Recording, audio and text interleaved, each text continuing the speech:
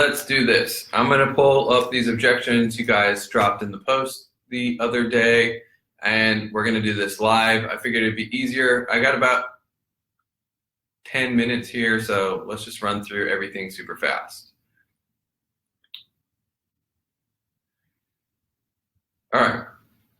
So the first objection you guys put. What's up? I see a couple of you guys joined. If you can hear me, give me a like and a comment just to make sure that you're with me.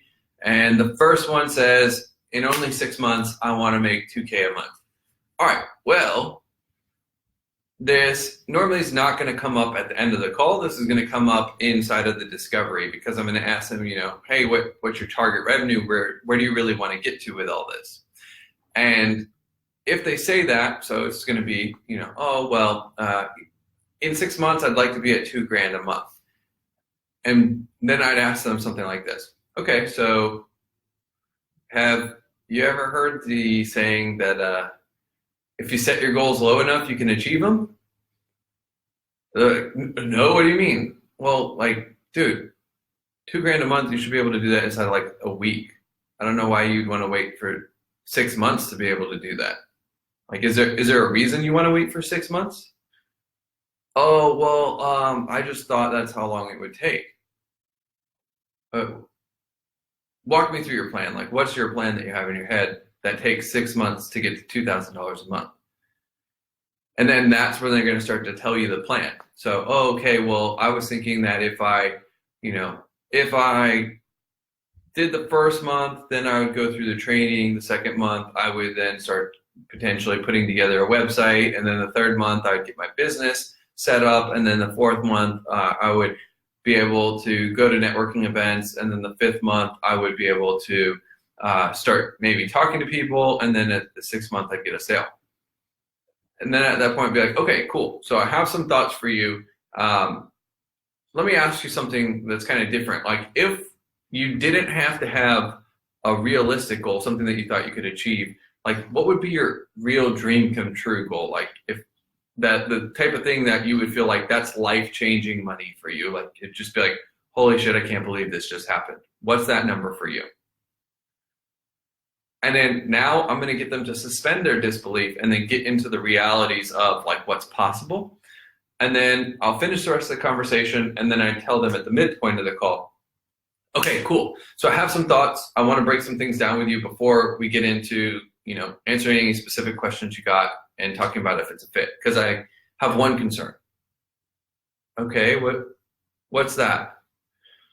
My concern is that you only want to be at $2K a month 6 months from now, right? That's my concern. And so I guess what I'm wondering is it that you just don't have a concept of what's possible, or is that really all you want? Well, that's really all I want. Okay, cool. Well, normally our clients, when someone's a good fit, they're going to want to get to 10 to 20 grand a month inside of the next 60 days. So I'd have to say it's probably not the best fit for now. Maybe you should hang out inside of our group, consume more of our content, just kind of see what other people are able to achieve. And then from there, if things start to click and shift inside of you and you really start to expand your vision, because based on what you're saying, I can tell you're kind of smart, you can talk to people all right. So it's just going to take you literally a matter of 30 days to probably get your first client. And you can get that first client in at $3K a month. So you're already at more than that in 30 days. So it doesn't make sense to me. And I know that if you stuck with it, because the first client's always the hardest, then once you start to get momentum, we could easily get you to that 9 to 12 grand a month, which is only 3 or 4 clients if you really consider it inside of 60 days. What do you feel about that? Right? And so typically I would turn that person down, make them go into more marketing, and then start to expand their vision. And from that point, then maybe they'll come back in. Especially Karan's the one who asked this question. I know that you guys are doing an amazing job of having the group, having people put social proof in the group. You're indoctrinating the crap out of people. And so you guys got an amazing system to be able to push someone away. And when you do that, what's going to happen is something's going to happen inside of their head where they go, holy crap, this guy didn't take my money. This must be serious. and they're going to sit in there, and it's going to mess them up, like mentally. They're not going to be able to sleep at night because you didn't take their money. And if you don't take their money and they're not sleeping at night, they're going to wake up and they're going to be like, literally the first thing they think about when they wake up is going to be you and that conversation. First thing they think about when they're going to bed at night, you and that conversation. They're literally going to have freaking dreams about you and that conversation if you do that. And if you do that, the deal's going to happen. It's just a matter of then the next trigger event and them seeing enough indoctrination material over time. Cool. So let's roll into the next objection. What's up, Michael? Appreciate the comment. I'll get to that in a bit. Okay, so can you send over a proposal so I can take a look at it? I'd rather do that than pay over the phone. Yeah, of course. So just what we do, it's a little bit counterintuitive, but we're big nerds on doing time analysis, and we did an analysis of our time, and we found that we were losing a ton of time when it came to sending proposals, following up with people on their proposals, trying to get that proposal moved along. And instead we just decided, like, we're not going to do them anymore. After doing an 80-20 analysis, we realized that it just wasn't worth our time, and that our time's better spent actually working with clients once they're inside of the program. So that's what we do. If you're not comfortable moving forward right now, that's totally fine. Like, get it, not even worried about it. It probably would just say that maybe you need to check us out for a little bit longer until it's a better fit. But if it's really just like, hey, I want to get going, I just have some last minute questions, that's a different conversation. We can have that conversation. Or if you got to run it by your team, that's also another conversation. So it just kind of depends on what it is for you. Does that make sense? Right? And so basically what we've done is we've taken not having a proposal, and we took not having a proposal and we made it a benefit to them, right? Because we're not going to spend our time on the sales process. We're going to spend our time on the delivery process and doing meaningful work, right? And so we found that proposals got in the way of us doing meaningful work. And therefore, if you want people whose sole focus is doing meaningful work, then you're going to work with us. And if you don't, that's cool, right? And I can assure you, like, we're not going to be the cheapest option. If you want to shop around, talk to someone else, go with the cheaper option. If it doesn't work out, you know, it's happened with a lot of people that it doesn't work out, they come back and then we do the work right. So if you want someone to do the work right the first time, I would say let's just go. But again, if you got to run it by your team, it's a different conversation. So you see how, like, the attitude is so non-needy as well. It's like, look, like, our shit's good, take it or leave it is kind of the mentality. As well, if you're doing this, it's because you actually do have a good product and you know exactly who you can serve and how you can serve them. So does this make sense, you guys? If you're here with me, I can see there's a bunch of you here. If this is something that's like clicking, it's starting to set off some bells in your head, let me know. I want to make sure that you guys are getting stuff out of this, and as well that this is relevant for you.